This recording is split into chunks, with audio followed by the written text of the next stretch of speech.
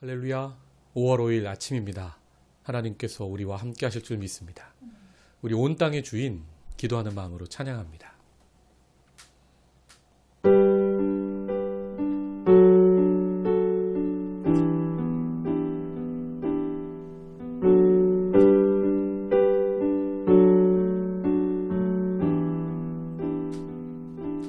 온 땅의 주인 되신 주님이 내 이름 아시며 상한 맘 돌보네. 어둠을 밝히시는 새벽별 방황하는 내 맘 주의 길 비추시네. 나로 인함이 아닌 주가 행하신 일로 나의 행함이 아닌 오직 주로 인하여 나는 오늘 피었다 지는 이름 없는 꽃과 같네. 바다에 이는 파도 안개와 같지만 주는 나를 붙드시고 부르짖음 들으시며 날 귀하다 하시네. 주님은 나의 죄를 보시고 사랑의 눈으로 날 일으키시네. 바다를 잠잠하게 하시듯 내 영혼의 폭풍 고요케 하시네. 나로 인함이 아닌 주가 행하신 일로 나의 행함이 아닌 오직 주로 인하여 나는 오늘 피었다 지는 이름 없는 꽃과 같네. 바다에 이른 파도 한계와 같지만 주는 나를 붙드시고 부르짖음 들으시며 날 귀하다 하시네. 나 오직 주의 것, 나 오직 주의 것, 나 오직 주의 것, 나 오직 주의 것.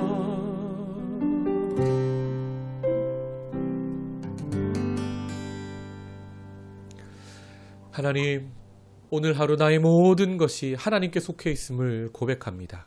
온 땅의 주인 되신 주님, 하나님을 아버지라 부르며 친밀하게 교통하고 주님의 손아귀에 붙들려 주와 동행하는 아름다운 하루 되게 역사하여 주옵소서. 예수님의 이름으로 기도하옵나이다.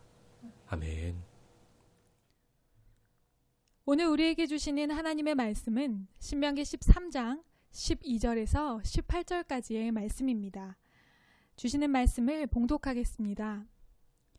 내 하나님 여호와께서 내게 주어 거주하게 하시는 한 성읍에 대하여 내게 소문이 들리기를 너희 가운데서 어떤 불량배가 일어나서 그 성읍 주민을 유혹하여 이르기를 너희가 알지 못하던 다른 신들을 우리가 가서 섬기자 한다 하거든. 너는 자세히 묻고 살펴보아서 이런 가증한 일이 너희 가운데 있다는 것이 확실한 사실로 드러나면 너는 마땅히 그 성읍 주민을 칼날로 죽이고 그 성읍과 그 가운데에 거주하는 모든 것과 그 가축을 칼날로 진멸하고 또 그 속에서 빼앗아 차지한 물건을 다 거리에 모아놓고 그 성읍과 그 탈취물 전부를 불살라 내 하나님 여호와께 드릴지니 그 성읍은 영구히 폐허가 되어 다시는 건축되지 아니할 것이라. 너는 이 진멸할 물건을 조금도 내 손에 대지 말라. 그리하면 여호와께서 그의 진노를 그치시고 너를 긍휼히 여기시고 자비를 더하사 내 조상들에게 맹세하심 같이 너를 번성하게 하실 것이라. 내가 만일 내 하나님 여호와의 말씀을 듣고 오늘 내가 내게 명하는 그 모든 명령을 지켜 내 하나님 여호와의 목전에서 정직하게 행하면 이같이 되리라. 아멘. 거룩한 성읍, 거룩한 교회라는 제목으로 오늘 주시는 은혜 함께 나누겠습니다. 신명기 13장은 다른 신을 섬기는 것에 대한 엄중한 경고를 담고 있습니다. 1절에서 11절까지는 개인과 소수의 관계 속에서 미혹하는 것에 대한 경고였다면 오늘 본문은 온 성읍, 즉 한 공동체가 하나님을 떠나 다른 신을 섬기게 되었을 때 어떻게 해야 하는지에 대한 말씀이 기록되어 있습니다. 먼저 한 성읍이 하나님을 떠나도록 결정적인 역할을 하는 이들이 불량배로 언급됩니다. 실제로 별로 영향력 없는 불량배가 한 성읍을 이렇게 통째로 불의한 길로 이끌 수는 없을 것입니다. 사람들은 불량배의 말에 그렇게 크게 귀 기울이지 않을 테니까요. 여기 나오는 불량배는 영향력 있는 자리에서 리더의 역할을 감당해야 할 자가 백성들을 잘못된 길로 이끌었을 때 하나님 앞에서 마치 불량배처럼 가치가 없는 존재나 다름없다는 것을 의미합니다. 엘리 제사장의 아들들인 홈니와 비느하스가 성경 속에서 바로 이 불량배라고 불렸습니다. 제사장의 아들들이었음에도 여호와를 알지 못했던 그들이 바로 불량배와 같은 가치 없는 존재들이었던 것입니다. 세상적으로 높은 자리에 있는 리더요, 영향력 있는 자라 할지라도 맡기신 백성들을 불의한 길로 이끄는 자는 하나님 앞에 무가치한 존재인 것입니다. 종교적인 유혹은 가까운 관계를 통해서 뿐만이 아니라 힘 있는 자들의 강압을 통해서도 찾아옵니다. 자신들이 가진 권력과 영향력으로 불의를 강요하는 것이죠. 우리가 속한 사회, 직장이나 학교와 같은 곳에서도 여러 모양으로 이런 미혹이 찾아옵니다. 직장 상사, 스승과 같은 권위자, 문화와 분위기를 통해 우리로 하여금 하나님을 떠나게 만듭니다. 그리고 이런 유혹을 거부하면 불이익이나 손해를 입을 두려워하는 마음이 우리 안에 생겨납니다. 세상을 살아가는 융통성, 또 이웃과 원만한 관계를 이루어가기 위한 지혜는 우리에게 필요한 것이지만 이것이 사회가 요구하는 불의에 우리가 굴복해도 된다는 것은 아닙니다. 하나님은 세상의 질서 위에 계시고 세상의 권력보다 더 크고 위대하십니다. 우리가 하나님을 끝까지 신뢰할 때 하나님께서는 우리를 불의와 불이익으로부터 지켜주실 것입니다. 이것을 믿음으로 우리는 어떤 불의한 강압으로부터 우리의 믿음을 지켜내야 하는 것입니다. 다음으로 이런 소문이 들려오면 먼저 자세히 묻고 살펴보라고 말씀하십니다. 철저한 조사를 해야 한다는 것입니다. 소문만 듣고 함부로 판단하거나 정죄하지 말고 신중해야 한다는 것입니다. 소문과 난리에 쉽게 휩쓸려 진실을 왜곡하는 인간의 본성을 하나님께서는 알고 계셨던 것이죠.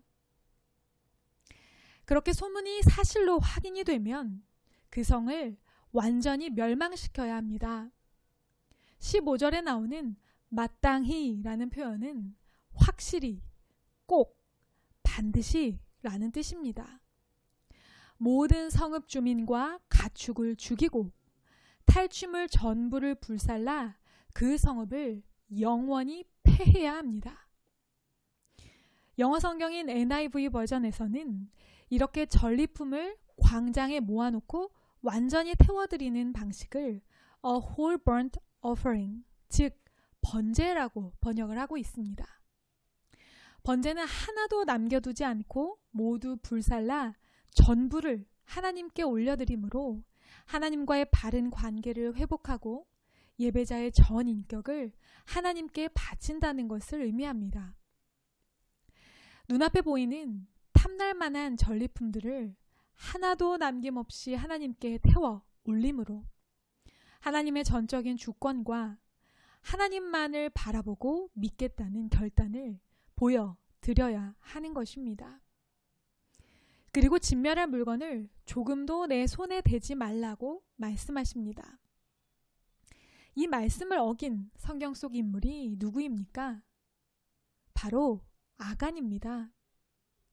여리고성의 전리품을 취해 하나님의 명령을 어긴 죄로 돌로 쳐 죽임을 당하고 불태워졌습니다. 하나님의 명령을 가볍게 여긴 대가였던 것이죠.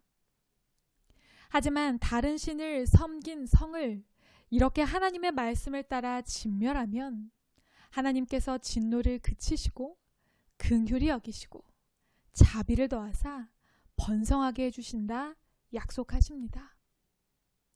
순종하면 복, 불순종하면 저주인 신명기의 불변의 진리가 다시 한번 강조되고 있습니다. 이스라엘 백성이 가나안 정복 전쟁을 본격적으로 시작하는 여호수아에서는 헤렘 전쟁의 장면이 반복됩니다. 때로 이 장면은 우리에게 불편하게 느껴지기도 하고 사랑의 하나님과 거리가 먼 낯선 하나님을 느끼게 합니다. 하지만 왕이 절대 권력을 가지고 다스리던 당시 고대 근동의 세계관에서는 이것이 당연한 명령이었습니다. 속국은 종주국에 절대적으로 복종하며 충성하겠다는 계약을 맺습니다. 종주국의 왕에게 복종하고 따르겠다는 약속을 만약 지키지 않고 다른 왕을 따르고 배반한 속국은 진멸당하는 것이 그 당시에 당연한 결과였던 것입니다.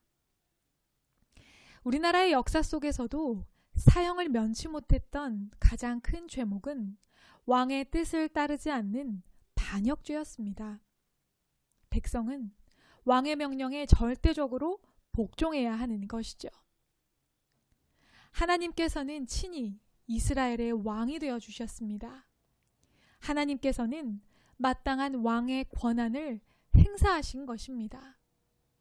나를 따르는 자에게는 신실한 약속의 복을, 따르지 않는 자에게는 그에 마땅한 혹독한 대가를 약속에 따라 주시는 것입니다.